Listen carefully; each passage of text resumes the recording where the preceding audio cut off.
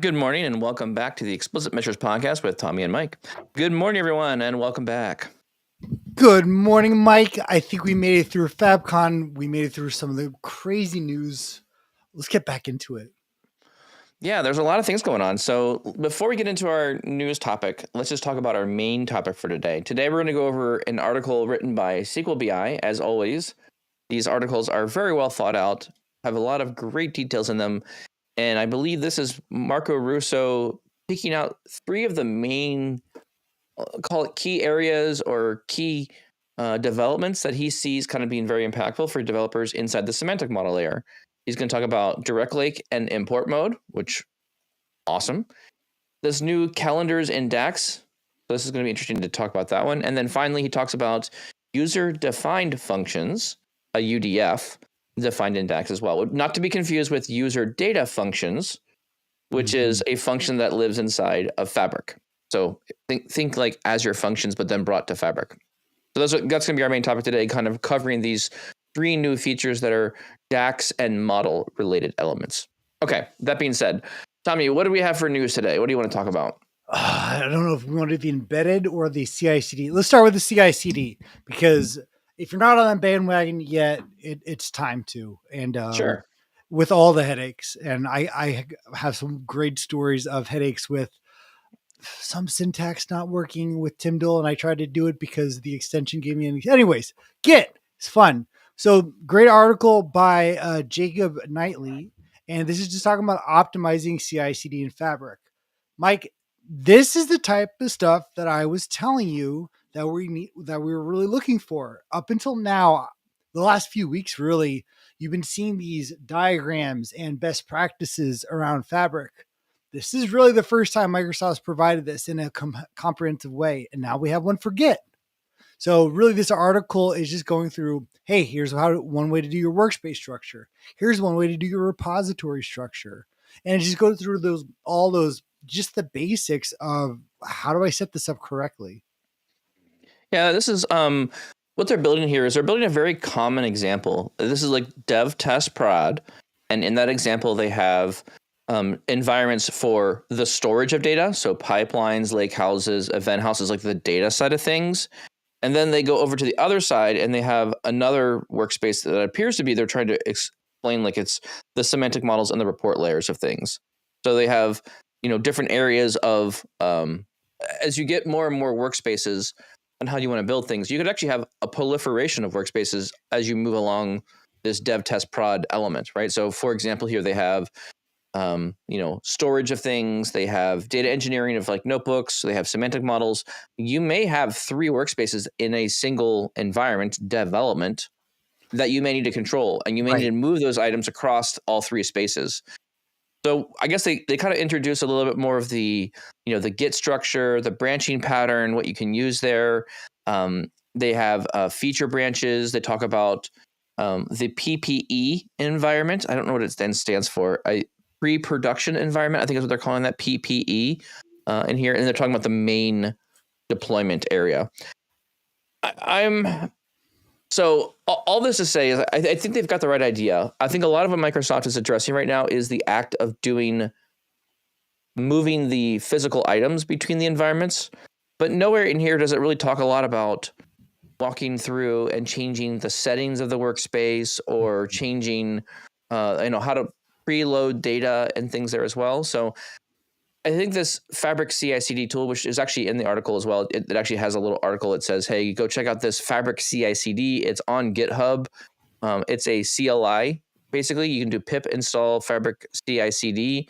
And then from there, you can then target workspaces. You can publish all items. You can unpublish orphaned items, just different functions they give you here to make it pretty easy to get started. So I think it's a really good solution. I think it's a good place to get started. I don't think this is all encompassing yet. I think it needs a little bit more work, but it's definitely starting to become an easier solution to use. Does that make sense? No, 1,000%, Mike. And like I said, yeah, it's not really telling you necessarily all the ins and outs of Git itself, so to speak. Yeah. And I think that's what you're kind of saying, like, well, what's the best way to commit? That's not what that article was for me. because you got to learn Git on your own. And that's, I know for some people kind of frustrating that it's a whole other platform, but really just focusing, if you're doing Fabric, here's what we are now saying are best practices around Fabric and Git integration setup in terms of how you push it. That, like that's still up to you. There's probably there's a lot of Git methods out there, but we are going to offer and finally provide what we believe is the best practices, at least from a setup around Git. Yeah, there's a couple things, and I've been so I talked with Matthias about DevOps at Fabric conference, so development operations. CI/CD is like a very small part of the broader story around how you become effective as a department, and I think there's a lot of things that are still needing to be thought about. There's also very low understanding in the business areas or developers of Power BI around different strategies, like you say Git. But did you know there's like 2 different ways of developing inside Git? There's a thing called Git flow. So there's a strategy by how you deploy and handle changes and how you move things through. So Git flow, or you have mainline branching and how you release code, right? So there's definitely different strategies. I think every organization can adopt one of these strategies on whatever they feel comfortable with, what the policy is. I think at the end of the day, I'm going to lean back and say, look, your deployment pattern, whatever that may be, CI/CD is a part of that. Whatever you're building, it has to be a hardened process. You have to decide what is the process and then decide how many environments you're going to have. And it has to be automated. The whole thing has to be automated. And so one of the things that we demoed in our session was how to heavily automate the deployment of all these items from GitHub or Azure DevOps. So the idea here is you really do need some additional tooling. So anyways, all this to say is I'm very pleased that the Microsoft is building actual tools. This is a actual library. This is something you can go use it. There's some instructions on how to use this library to do different things. I'm just going to shy away from any solution that has like a mix of like PowerShell and a bunch of command line and Python notebook. It's got to be kind of like one complete thing. I don't want to be switching languages all the time whenever I'm doing deployments of things. So we'll see how this works out. I'm looking forward to it. This is a good announcement as well. Andrew's. I was going to say, it's just unfortunately with Git, it's going to be very hard to avoid any command line. No, I don't think so. I think it's. I think the tooling just doesn't exist yet to have it. Right. You weren't at Mattia and I's session. There was no command line. You didn't need to do that. So there are solutions out there that will produce CI/CD integration without using a command line or PowerShell. Everything I've seen up to this point has had like a mix of like, oh, here's some PowerShell you run. Oh, here's a notebook. And they kind of jump back and forth between these two experiences. I don't think that's what we want. At least that's not what I want. I don't want something like that. No, and I agree. I'm just saying, like, there's the GitHub app if you're using GitHub, and there's obviously VS Code, but really and I'm saying like the comprehensive Git. Yeah, there's a ton you can do without using the command line, but there are certain things that unfortunately an app right now just doesn't have, which is frustrating. Stay tuned. Stuff's coming. All right, cool. I know of things, so there's more things coming, and that's the reason why I'm calling that out. In other news, I don't know if you read this other one, so are you good to move on to the next one? I'm ready. Let's go. Okay. So this next article that came out from Microsoft, this is announcing Power BI embedded. Do you have any projects, Tommy, that you work on that use companies that use Power BI embedded? Briefly, but that is not my barrel. So I know this is right down your sweet spot. Yeah, I've been doing a ton of Power BI embedding. And so one thing is I'm very proud to announce my company is now part of the Analytics Accelerators programs. So we have a Power BI embedded Analytics Accelerators program.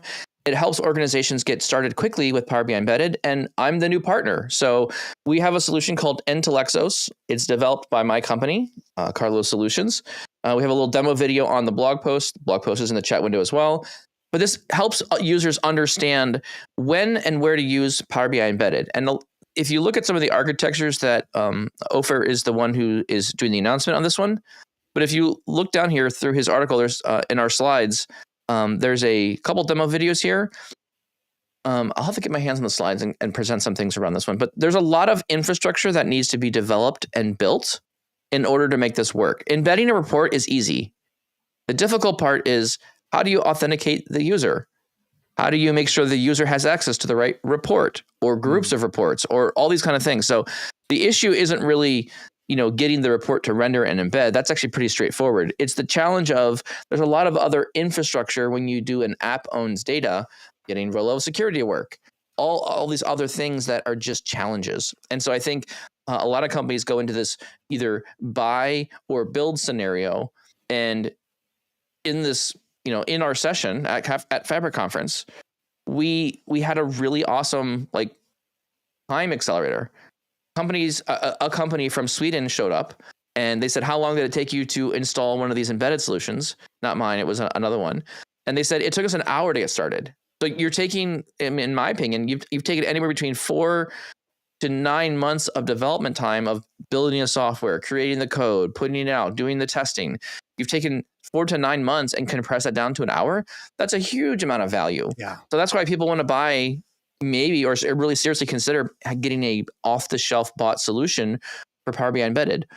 And frankly, the customers I'm working with, when they're trying to share reports externally to customers, they just want a simplified user experience. Yeah. Show up, log in, click the report you need, export what you want, and be done.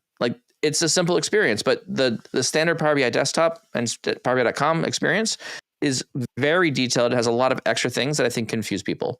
So anyways, very proud to be a part of that. That's out. And go check out that article as well if you are interested in Power BI embedding. One other thing I'll just kind of point out here as well. If you're thinking about Power BI embedding, you have the ability to use a Fabric F SKU to do embedding. That goes all the way down to an F2, which is super cheap. You have to have a very tuned and optimized model if you're going to use those smaller SKUs. But you could start embedding things for $250 a month. And with embedded solutions, you can have unlimited users, as many users as you want, as long as your capacity can continue to support the rendering of the reports. So just I'll put that out there as well. If you're looking for cost controls on your Power BI environment, I don't know if you're aware, but April 1st, there was a price increase for pro users and premium pro users. An alternative to some of that is to combat that and keep your prices low. You may want to consider looking at Power BI embedded solutions with a Fabric F SKU and really identifying what do your users do with reports. And if they don't need the Power BI.com experience, you could potentially reduce some cost internally for your organization on a per user basis by going to get an embedded accelerator. So just another option there as well. Pretty cool, man.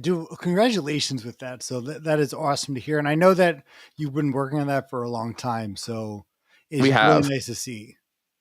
I think we've done well over 26 embedded custom solutions for customers, just, working on different things. And this is kind of the culmination of all of those ideas brought together into a single product. What is the best ideas from all these projects that we've worked on and said, look, we're going to solve the hardest problems of those projects and produce a single output item. So yeah, go check it out. See if you think it's something you want to know about.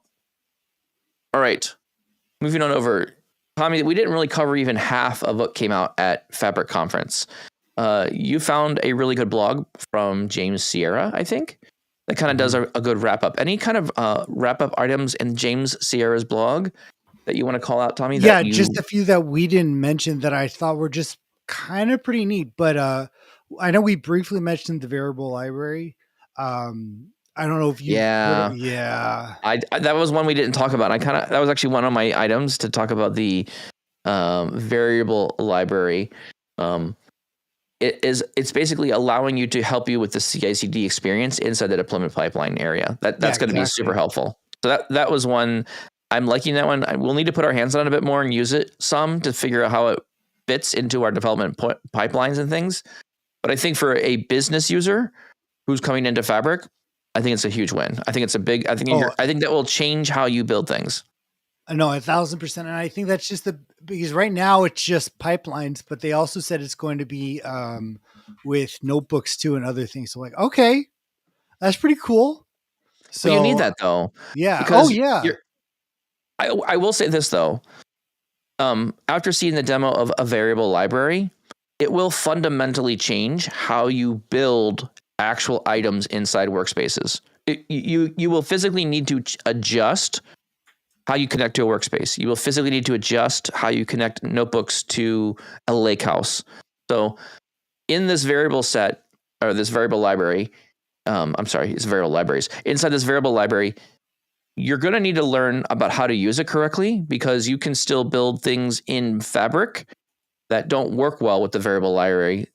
But if you change what you're using, like in the parameters inside a notebook versus just calling out random parameters throughout your notebook, it will help you configure or rebuild some of your pipelines or things. So I don't have enough details on it to give you like these specifics right now, but I do think at some point we're going to have to unpack, Tommy, like the variable library. How do we use it? What patterns are we seeing? I think that's going to be a huge thing. How many environments do we need? Where is there friction in that area right now? So yeah, I'm looking forward to it. I think it's going to solve a lot of problems. Another quick one was the ability to save Gen 1 data flows as Gen 2. Did you see that? Like a migration path? Yeah, no, you can, when you're in a Gen 1 data flow, it's just going to offer, like, do you want to actually now make this a Gen 2? Why would I do that? It's more expensive. I mean, I was just saying it's available, and it's something they're going to obviously push. I mean, I think it's a ease of migration path for users. I'm still just trying to like, all right, let's move more towards notebooks still. So I get it. There's going to be people that are going to use data flows. And Tommy, even after our last episode, you gave it a pretty big, thumbs down on it was too expensive to run, and it was turning over it was making your F2 fall over.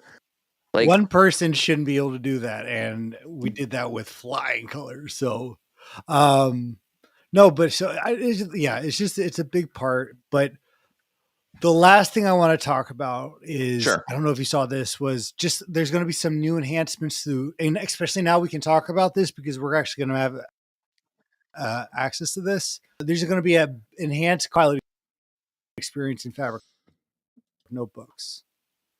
Enhanced Copilot experience, which I think is really important because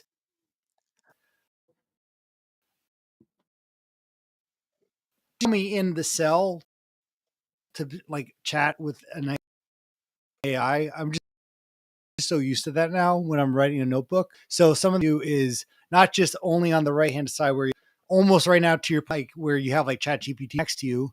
You have a chat panel, you have an in note panel, and then there's going to be some quick acting errors or fixing it, which is, gosh, that's really important because I'm still in the process of, all right, I want to do this. You know what I'm going to do? I'm going to get some dummy data. I'm going to bring that into one of my VS Code environments, and I'm going to let it run. So, well, let me say this: the current the current Copilot experience has been awful inside notebooks, right? You run this command at the top if you try and use Copilot. And if you do, it installs this really weird thing, and the whole experience is just weird. If they're going to bring Copilot to notebooks, it should just be a much more seamless integration, and I think this is what this is trying to address. I do like where they're going with this one, and also now that the Copilot will be available to us at an F2 level, I do think this will be very helpful additionally. So we'll be able to see or actually use this for simple things. I'm just a little hesitant because the last time they did a Copilot in notebook experience, it didn't turn out very well. It needed a lot of love still. So I kind of want it just to work like Copilot inside VS Code, honestly. That's kind of for me, that's the bar. That's the standard by which we run by. So, if this is aligning more directionally to like what you see in GitHub Copilot for VS Code, then I'm 100% on board. So we'll see what happens. I'm a little bit hesitant around this because, again, the Copilot things kind of add minimal value. Also, the point here is, why do I want to pay for Copilot when I can just open it up in my browser and use the browser Copilot as well? So that's something else I kind of find a little bit frustrating. That one's free. Well, that one's free. Dude, I know. Because you have like the Chromes and Edges where there's a sidebar, which I basically have up next to me rather than using the ChatGPT. So, and you can use other, large language models too. Like if you wanted to put a different one on the sidebar of your browser, there are ways to integrate other APIs to other chatbots Yeah. and bring them into the browser experience. So you don't have to have just Copilot. You could have DeepSeek or OpenAI or Grok. I mean, I think most of these large language models will become just a feature that you can just add into an extension on a browser and then pick the Copilot you want, and then it just works. Yeah. So anyways, I think we'll see. I'm gonna reserve my feelings on this one until we actually get to play with this feature a bit more. You got it. In the article, does it talk about any kind of timeline when it's going to be delivered, Tommy, or did it just kind of just announce the feature? Oh, you know how it is. It's in the coming month. Stay tuned. Okay, stay tuned. Yeah. Okay. Yeah. Okay. So we don't really know when it's going to be landing, but eventually it'll get here. Exactly. Okay. Excellent. Any other topics we want to talk about before we get into our main topic? I think we're ready to just talk about Sweet DAX. Okay. Sweet DAX. All right, Tommy, take us away. Give us the rundown of this article from SQLBI. We're talking about direct lake and import mode, this new calendars in DAX. I want to understand that one. And then new user defined functions, UDFs, inside DAX. Yeah. And I'm glad that we're doing this episode right after we talked about the announcements, because again, I do feel for a lot of people who like, they're not necessarily all the way on the Fabric not necessarily on the bandwagon, but how much access that they have. They feel like they're left behind. It's like, what about Power BI? Which is, again, still the thing. And I think you and I both were like, as soon as we saw this article, we're like, yeah, that makes perfect sense to do. So yeah, major announcements to DAX, but they kind of get a little under the cover just because there were so many other announcements. But these are going to be really important, even if you're just doing Power BI and, are not just focused on that. And I think just kind of highlighting a high level here, and then we'll just dive in. So a lot of people are like, well, direct lake. Okay, well, that's not on desktop because I have to use, the lake house. Okay, that's great. But now I'm not in, the Power BI environment. I have to do this in the service. Well, there's now two versions of direct lake that we'll talk about, and they're really enhancing it, I think, in a crazy way. We can do composite models are actually getting a full makeover, more or less, kind of thing, which I think are kind of where we're at with lakehouses now. Makes perfect sense.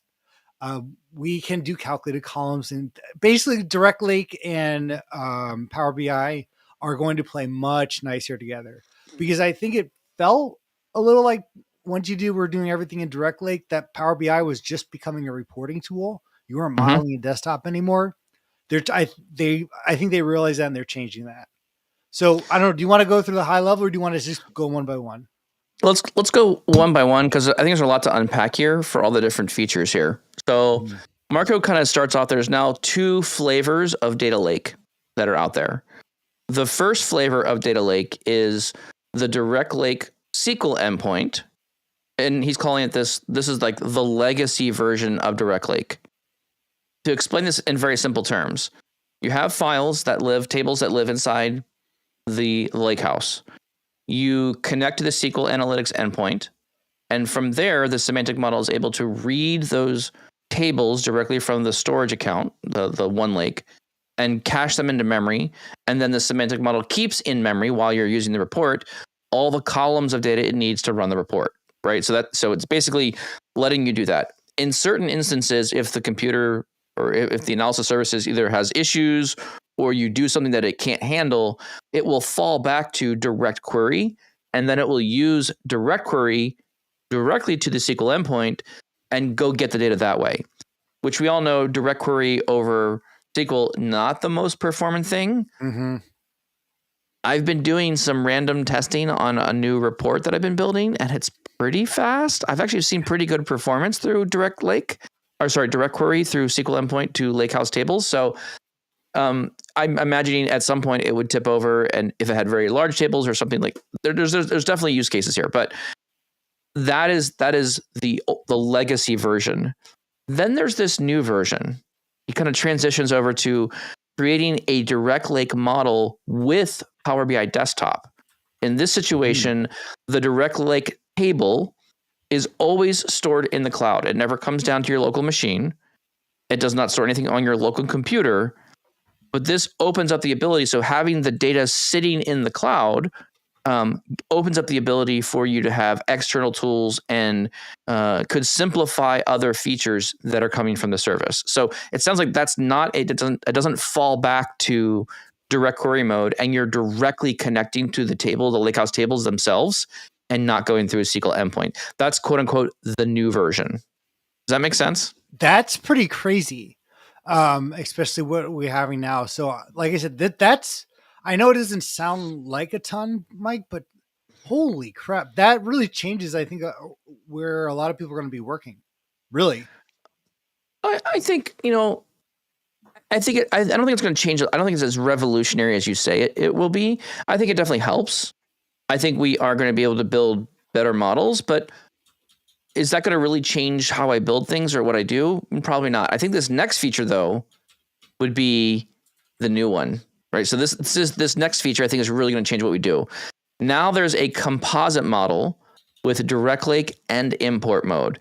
That one, I think, will be very, very impactful. So yeah, maybe a little bit, Tommy, with your like going right to the lake house with desktop. Okay, interesting. But I think the really cool feature here that I'm excited about is this direct lake in import mode. That seems really interesting to me, because now I can do it's like a composite model. And the other thing here is this import mode does not have current limitations of direct lake calculated columns, calculated tables, or other hierarchies. It's kind of all there. And Microsoft talks about these things called islands. Like when you build a composite model, there's this island concept. Hey, I'm going to connect to this semantic model. I'm going to connect to a second semantic model. I'm going to do, query both of those independently. Each group of tables turns into an island of information. I think in this scenario, because it's direct lake and import mode, the import tables and the direct lake is all inside one island. So we don't have this really weird problem of like jumping between and sending text data between the different islands inside the semantic model. It's all kind of incorporated directly inside one island. So this, I think, is actually really interesting. Very excited about that one. What are your thoughts? I mean, I know how we felt about composite models in the past. I think I'm more always with new features going, oh, I can't wait to try it. I can see always the what could be the potential benefits. And I remember when composite models came out, I was definitely like, yeah, we got to do that. That makes so much sense. Oh, there's so many use cases. And I remember it was, I think even before we were doing the podcast, you're like, let's just hold on a second. Let's just wait to see. And you obviously saw their limitations. And one of the biggest ones they're talking about here is the relationship Yes. thing that no one knows about until it's not working. Yes, I agree with that one. So there is and this is what I was trying to describe about the islands, right? So if you have two islands of tables inside the composite model, when you span one island to the other, like let's say I have a dimension table for dates, very common. Likely you would have dates in both semantic models. If you span dates across the islands, you get this really weird limited relationship. It's not a full normal relationship, and it doesn't work as efficiently as if you had just a single model, no composite model. Does that make sense? And I think this is the point. The point here they're trying to make in this article, and he's doing it in a generous way of explaining it. It's kind of hard to explain, but this new method, this new composite model, does not use limited relationship that has the regular relationship capability, which I think is really important here. And like I said, I think both the features that we're just talking about, just alone, I think are going to change where that can all happen. And you can do that in Power BI desktop. And again, a lot of what was happening since Fabric was introduced it was really like, well, you can't edit a semantic model in Power BI desktop. You can connect to a already created model in Power BI desktop, but like it's basically direct links in the cloud. You got to edit it there. And it's like, okay, so Power BI desktop is only for imported old school semantic models. And then obviously they had the PBI project. So I think it was a bit confusing, but now these two features to me where I can edit Power BI models in Power BI Direct Lake in desktop. And also too, that I can now do the composite models, which again, are going to make more and more sense, right? Where we're not limited by what a semantic model used to be. Yes. And I think that's my main point here is like this makes sense. I really like the direction they moved here with this import mode and direct lake all in one island. Really, really excited about this one. And I think this unlocks a lot of things, because before what you had to do is everything you built had to be automatically loaded directly into the lakehouse. And so sometimes it took a little extra effort. But now you can build an import table from SharePoint inside a desktop model, and then you can go get the lakehouse tables and join them together, and it's on the same island. That's huge, because the amount of time I've spent like very, very light effort to go get data from a different source and try and bring it into the lakehouse just so I can get it into the direct lake semantic model. I've wasted a lot of time there. So this will I think will clean up a lot of our semantic models, and potentially will keep things out of the lakehouse that just don't need to be there. So very excited about this feature. This is going to open up a lot more possibilities for democratizing your data and your semantic models to other teams. And this also, I think, feels really useful in, let's say you have a finance team and they want access to the tables themselves. They can do that now. The finance team can get direct access to those tables and add, we can give them a lakehouse, we can give them shortcuts to the original data, and then they can go add any other imported tables they need for their local models, which I think will be very helpful as well. So I think this really enables that true federated approach to some tables are coming from central IT, and now the rest of the organization can build other tables they need as well. They didn't talk anything about lineage here, though, too, right? Because I know that's a previous, I don't want to say issue. It's not I guess it's a bug, but if I create right now a composite model, I think something with the lineage usually gets a little broken there. It's kind of, if you're looking at like the item lineage or the workspace lineage. So I'm assuming that should be fixed with this as well. But Mike, just a quick governance question for you before we just go through other things here. This has been, I think, the biggest concern you probably had with composite models. It wasn't just about people using them, but it was they're really like, okay, how do we manage that if we allow people to do that? Well, again, my argument, I think we've talked about this in the past, Tommy, is we really couldn't stop people from using composite models unless you just get rid of their desktop, right? Say, hey, you can't have it. Because there's nothing that says you can't go create connections to two semantic models. Now, I think we do have controls about what we allow to get published at the certified level in our organization, because there's, hopefully with your company, there's some sort of approval process or some kind of gating that doesn't let those things get through to production. So, I mean, if a business unit decides they're going to just do everything in composite models, I mean, you can't stop them. They could do it. So I think this is a better alternative, and say, actually, we can still use composite models. Here's a better way. And I think Donald brings up a really good point. He talks about building true conformed dimensions and facts. This is great for this, right?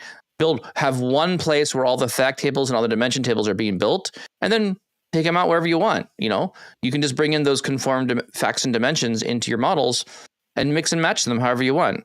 Mm-hmm. Just really lots of potential here. That's why I'm really excited about this feature versus the other features. I think this is the one that I'm like will change how people build day to day. Interesting. The next one that I think will change. Yeah, let's keep going. The next one that I think will change how people build things is materialized views. This one, dude, I've been asking for this feature for probably the last year and a half, maybe. Like as soon as Spark stuff came out and I saw what Databricks was doing with like Delta Live tables and the fact that I could just build a bunch of SQL statements and say, hey, here's all my tables, make a pipeline, it just runs its way. Now materialized views come to the lakehouse. This is huge. I'm very excited about this feature. So I can't wait to see this one kind of go live. What I will say, though, is if you are also interested in learning about what is a materialized view inside Fabric, you probably want to stay tuned for, let me just check my calendar. I think it's 10 o'clock today. You definitely want to subscribe to the Power BI Tips YouTube channel, because there's some things that you might want to see at 10 o'clock today. Really? Oh, wow. What are you, Oprah? Goodness. Well, I know. So you get double doses from Power BI Tips today for you, but stay tuned. If you are online, if you do watch the podcast, make sure you have subscribed and put the little bell notification on, because around 10 o'clock today, we might have some special treats for you around this whole materialized view area.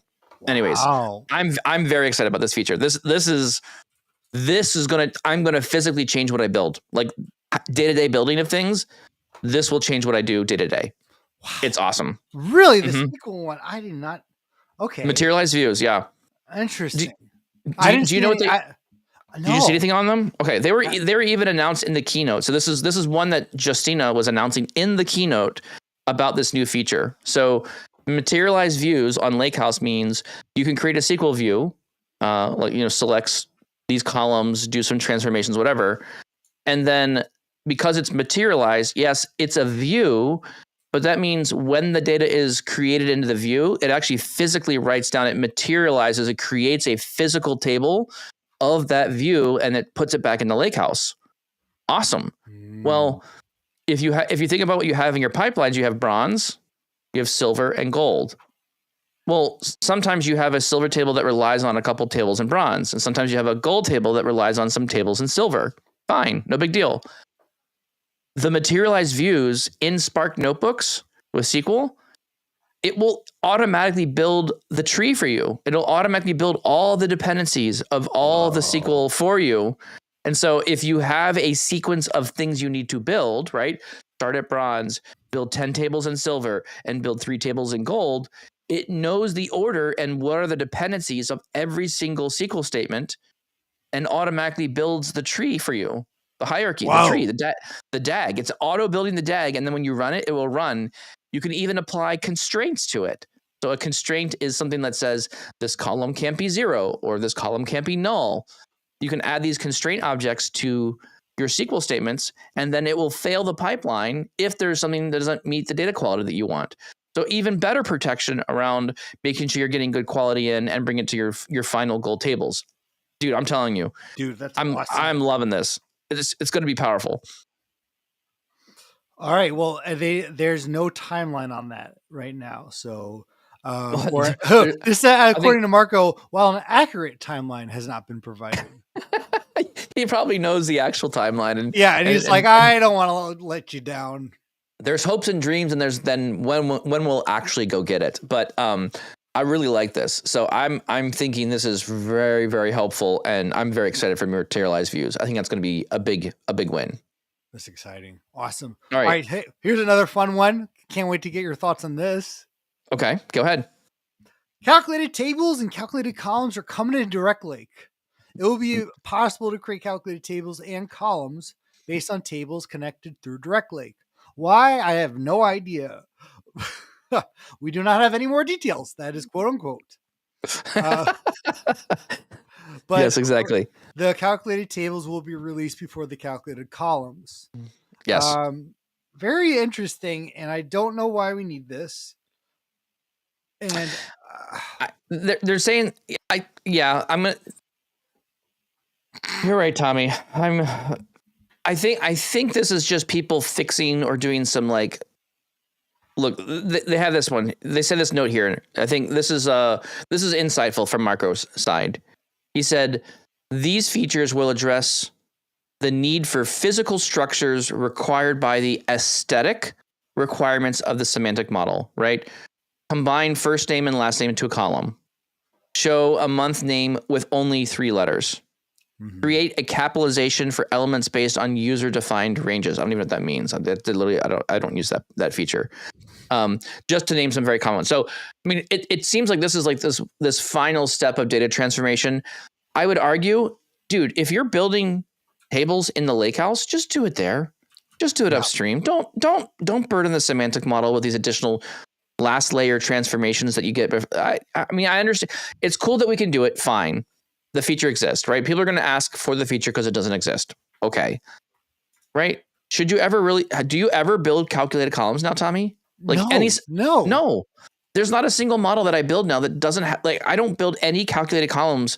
And I think that's because I control the data source. So yes, you can build calculated columns. Do I do it? No, I will not do it. And I will probably not use it ever. Calculated tables, maybe I will use calculated tables. That might be something I use. And that seems potentially useful. But calculated columns, it's a wasted feature on me. I don't need it. I completely agree. So, all right. So, but yeah, it's one of those cool. Why? Moving on. Well, this is an interesting one. I don't know if this is going to change, but there's a big feature with calendars and DAX. Oh So yes. semantic model will introduce which I kind of like that too. The semantic Yeah. model will introduce the notion of calendars. And my first thought was, didn't we already have that? Wasn't there a button that says calendars? Yep. But Yep. Yep. but no, according to this, any date table will have one or more calendar based on the columns of the date itself. This way, the time intelligence will be aware of the structure of the date table, making it operate on any calendar, including week-based calendars. Yeah. So that I So like that. I do think week-based calendaring is something that was missing. So doing calculations at the week, like Marco calls out, there's a new time intelligence function coming that's going to be date WTD. I'm trying to say that very carefully so I don't screw it up. WTD is the name of the new function. So date WTD. This is a week to date. So you can do a calculation of, okay, send it a bunch of dates and you get a week to date calculation. So basically it returns a list of dates that are of your student. And I'm assuming that that function will come with like, is Saturday the start of your week? Is Monday the start of your week? I think there's got to be something in there that says what's the starting day of the week, but it will hopefully help you make the dates experience easier. The example Marco gives me, I didn't understand, Tommy. Did you see his example here? He has calculate the sales amount. And he says dates year to date, and he has fiscal 445. I think that's his calendar, I guess. That's his calendar that he built? That's what I'm thinking that is. You're just referencing a calendar in there. So but it sounds like he's saying, and this is where I think this feature is interesting to me. It's possible to operate on any calendar, is what he says. And I don't really understand the implications of this yet. If Marco Russo is talking about it, that means we need to know about it because he knows what to pay attention to. I do find whenever have you ever worked on a client, Tommy, that runs 445 calendars? I had one and it was the worst experience. It's the worst ever. So let me say this. If calendars in DAX addresses this weirdo 445 calendar, so 445 stands for 4 weeks, 4 weeks, 5 weeks, I think is what it stands for. Is that right? I don't even remember. For the month? Yeah. Because the months, I mean, like the 445 calendar spans different months at different times, and it's really weird, and it's usually a custom calendar. When it gets to be that complicated, I just say, screw it.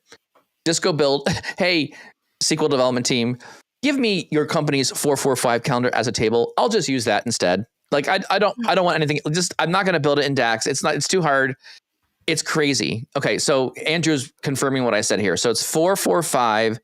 It's doing it's supporting other. Okay, great. Andrew, thank you for the details here. I appreciate you actually knowing the feature here, and I didn't get to say it all. So the 445 calendar is used by retail. That way they have equivalent time ranges year over year, and you're not comparing like a January to a January of last year. The equivalent time periods have full weeks. It equals out. I think also 445s can be used in manufacturing as well for reporting. That's also a place. But it says Andrew also notes here, the same calendar can be supporting 445, the Gregorian calendar, the Julian calendar, and then each fiscal year starting point as well. So Marco did a full session on this one. So I hope Marco does a full blog about the 445, the calendars, and how he's seen these calendars change now. But this would be very useful to simplify some of these more complex date range selections. So I admittedly, I'll need to dig in that one a bit more. I'm more on the app development side. I'm not quite confident there. Do you do anything crazy, Tommy, with date calendars? I have in the past. I create my own in a data flow, but I've always tried to honestly try it as best I can to, in a sense, hack it from, all right, I'm going to create my own references so it makes sense to me. So all right, on to the next one. I guess it'll be good. Like I'll say, it's going to be a good feature. But this last one here, before we wrap up for today, we don't have a lot of time left. Like maybe we could probably spend about 5-6 minutes on this one. This hour has gone quickly. Okay. User defined functions, a UDF. Okay, one I'm going to give Microsoft some flack here. Let me just give a little flack. There's a UDF for DAX, and there's now a UDF for Fabric. It's going to confuse the snot out of people. I don't know which one came first. I just don't know. But people are going to say, "Oh, did you build a UDF?" They're going to be like, "Yeah, I made it in Fabric," and they're going to be like, "No, I wanted it in DAX." And like, "Oh, okay." So the point of an acronym is to make it so you don't have to say the whole word. But when you have two acronyms in the same product that mean two different things, no one can abbreviate it now. Anyways, they should have named it something else. There's got to be something. Yeah, like DAX I noticed defined that too. function. It should have been like Most a of them DAX start with the defined same function, ones. DDF or something. Like it should have been something, and then there should have been a user defined function inside the Fabric user data function inside Fabric. I'm already messing it up. I'm already getting it wrong as we speak. So, anyways, Tommy, what is a user defined function in DAX? User defined functions are. Oh, I'm sorry, wrong. I did it wrong again. Yeah, I was apologize. like, wait a second. Yeah. No. What is a user defined function? That's the DAX one. What is a user defined function DAX? What does that mean?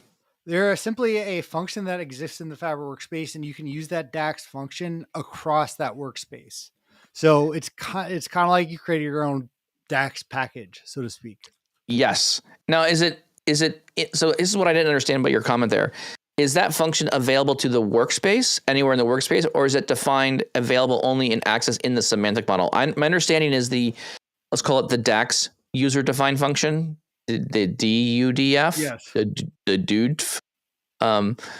Is that only defined in the semantic model? I think it's just in the semantic model. You just define it in. They can only, because DAX, the only language that DAX makes sense is in the semantic model. So yes. Why on earth did they pick the M syntax for this dumb thing? Like, what are we doing here? Like, we could have used Python. Like, that's one that everyone wants to use anyways. So Marco gives you a little example here of like timelines, SVG. So here's where I think these user-defined functions will be really useful. I think people who want to bring little spark lines and little SVG elements into DAX, they're going to find this incredibly useful. The only thing I'm worried about here is how do we hook this up to the community? How can I get other people's user-defined functions into my models? Oh, I see. So I'm a big proponent of like, look, I'm smart, but I know there are people out there that are way smarter than I am. And how can I learn from other people's work and bring it into my models? So I understand the concept of what's happening here. I really feel like though we need the ability to have like a gallery or some kind of community-based aspect of this where people can define what they want and then use and go, I can go grab that and put it in my model. So that's one feature that I think is missing from this at this point. But yeah, SVGs in measures is a bear to write. It's a pain. I can't wait to go find some other people's user-defined functions that have SVGs in them and just use their stuff. I think that will be super helpful. Well, and we don't have a lot of info about this yet. And I think that's the biggest thing where there's also, he said that this is going to take a few years before we see any persuasive adoption. So I think that's important to keep in mind that even though that was announced, this wasn't, it's not like it's coming out before the kids get out of school. Interesting. Yeah. So I think Marco is definitely saying in so many words, he says, DAX user-defined functions are the biggest long-term impact, right? We will change how we write DAX in small and large models. So this is something to pay attention to. So the DAX UDF, the DOOF. I'm gonna coin it now. DAX plus UDF, the DOOF. That's something we're gonna need to pay attention to. Yeah, interesting. So where else do you think you would see DAX coming from, Tommy? What else would you write in DAX other than like an SVG thing? I mean, I think that seems very helpful, but like, what else would you do? I mean, that's the thing I'm trying to report based items kind of thing where I remember Kurt Bueller, he had that great article on like things for the report. I mean, there's a ton of things there, like your APIs, how things are actually shown. So I think that could be a huge one. Yeah. So this is like the hey, I'm going to concatenate this text string together. I'm going to I'm going to do something specific to this formatting. I'm going to like maybe some of those things you're thinking. Absolutely. So basically, anything that you want from a color conditional formatting to things that you may kind of share with just helping enhance the report. I like that one. Yeah, I'm gonna need to play with this one a bit. I'm not sure I quite understand it, and I'm very disappointed with the syntax, though. I'm kind of very disappointed the team went with the M syntax for everything because, I mean, people already don't want to write. Who writes M? Alex Powers is the only person who writes M. Like, Ha! why use M as the format language for writing these functions? I think that's a big miss. The whole reason you have a UI in Power Query is to not write M. Why? Why are you doing this? It should be Python. You should write it like a Python function. That would be the right way to do it because I think that's more commonly used, and it's a programming language that a lot of people will know or will be learning as they move into notebooks. So again, I'm thinking about my audience, right? There's 30 million Power BI users coming to Fabric who may be using some of these features. Or this is a pure Power BI feature, right? You have 30 million Power BI users. How many of those users, they probably know more about M than they do other things, but are those 30 million users just straight up writing M code everywhere? I don't think they are. I think it's not a very commonly understood language. And I think M, honestly, is a little over complex for what you're doing with it. It's not easy to read. Does that make sense? I think that's the frustrating thing where if we're, where is M going? And it's like, I really do. I kind of do like all the different coding languages. You do, But that's Tommy. a lot. I do, but that's a lot. You get lost in it though. I get a little bit lost. Like, what am I trying to? No, I feel like I would have more confidence. Let me just expand this idea a bit, right? Let's just say I am having problems. Let's say I can't get this function to work correctly. Fine. Where do I go to get help? Right? Will Copilot know how to write an M-driven DAX function? My guess is because this is brand spanking new and it's not out there in the world, it's not going to be very well easy to Copilot won't be able to figure it out until it's been out for a while, until it's been trained on it. Right? Yeah. Okay, so let's pick the opposite of this, right? Okay, let's imagine now you're trying to teach a language to users, and oh, by the way, you just happen to pick Python as your language. Copilot already knows Copilot like really well. Like that experience, SQL and Copilot, very well known. Why not write these DAX functions in something that everyone already understands, and the Copilot knows how to build a function for this?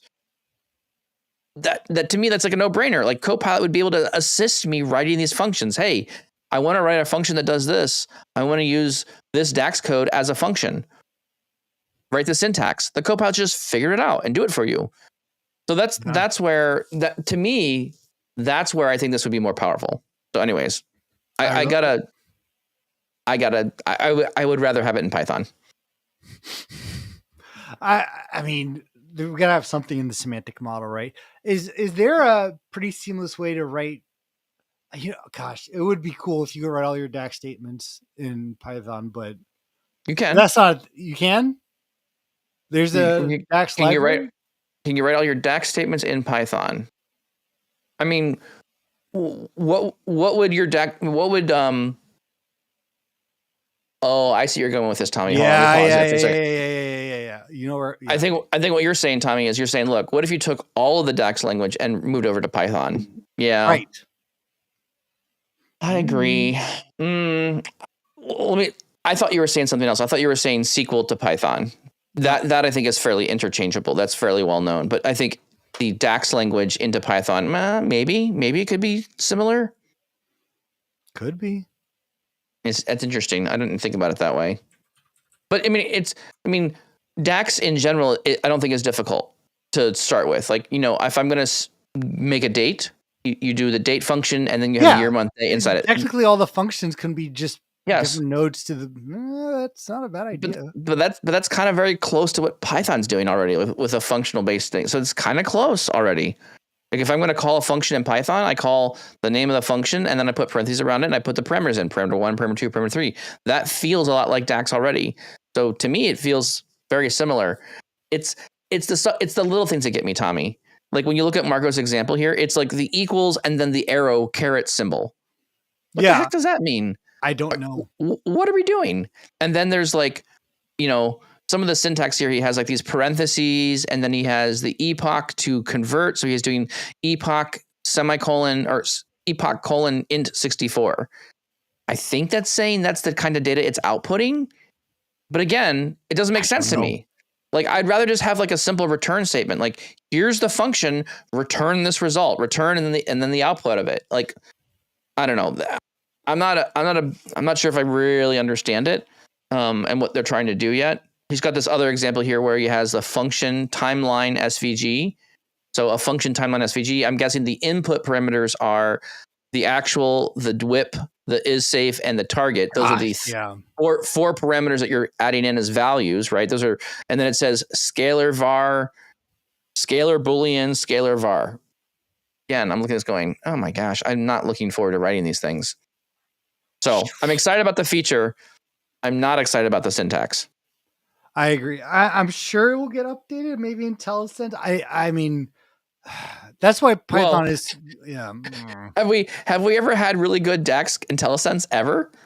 Like, everyone complains about it. I know. My IntelliSense on Python is much better inside notebooks and other experiences. So again, going back to like this whole language thing here, right? It just feels clunky to me. Anyways, I like the feature. I'm not going to harp on it any longer. I'm not super excited about the syntax of it. Okay. Well, the nice thing is we got a long way till that's even close to coming out. So yeah, I mean, Rocco says I've got about, what do you say here? In the next coming years, I've got like 2 or 3 years to figure this out. So we got time. I'll figure it out eventually. All right. With that being said, I think we've really wound up our time here. We did a full episode reviewing a lot of the new feature things. Great article from SQLBI. Definitely check it out. It's also in the description below if you want to go check out this article. Highly recommended to go read this article and unpack it and for yourself and see what you're going to use. There will be things that Marco is talking about here. It will change how you build stuff in Power BI. It will definitely change how you build things. So take note. This is directionally shifting here for you inside DAX and inside Power BI experiences. That being said, thank you all very much for listening to the podcast. We thank you for participating. We really know your time is valuable. You could be doing a million other things. You could be learning how to write M better. You could be, walking your dog or talking to your spouse. But instead, you spend it with us. We do appreciate your time. So thank you very much for spending your time with us and not doing other things. Or maybe you are doing other things while you're listening to us. Who knows? Dude, Tommy, we're okay with that. We're okay with that. We're okay with it. Tommy, where else can you find the podcast? You can find us on Apple. Your podcast, make sure to subscribe and leave a rating. It helps us out a ton. If you have a question, idea, or a topic that you want us to talk about in a future episode, head over to powerbi.tip/mailbag. Leave your name and a great question. And finally, join us live every Tuesday and Thursday, 7:30 a.m. Central, and join the conversation on all Power BI Tips social media channels. Awesome. Thank you all very much, and we'll see you next time.